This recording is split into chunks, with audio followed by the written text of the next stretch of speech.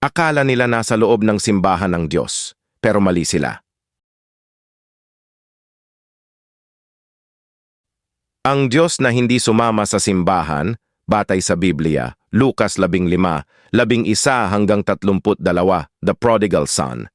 May isang ama na may dalawang anak. Ang bunso ay pasaway. Lumapit siya sa ama at sinabi, "Bigay mo na sa akin ang mana ko."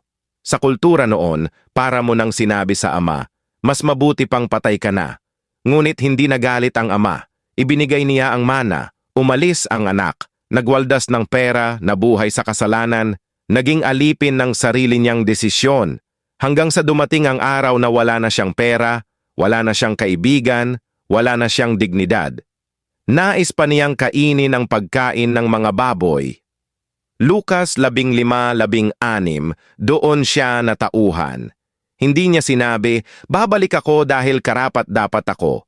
Ang sabi niya, "Hindi na ako karapat-dapat tawaging anak." Ngunit ang ama, habang ang anak ay malayo pa, ang ama ay tumakbo papalapit sa kanya.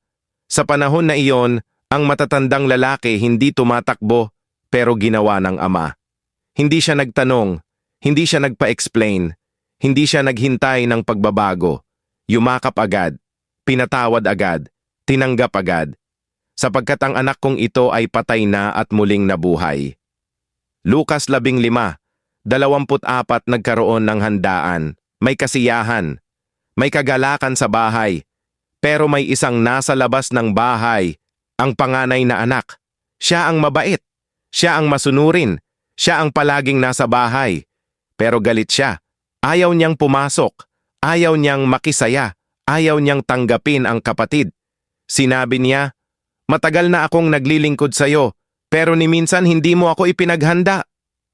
Ang ama ay lumabas ng bahay para kausapin ang panganay. Ibig sabihin, ang Diyos ay lumabas ng bahay. Ang Diyos ay hindi nanatili sa loob. Ang Diyos ay sumama sa pusong galit, hindi sa lugar na banal. "Anak, ikaw ay palaging kasama ko." Lucas 15:31.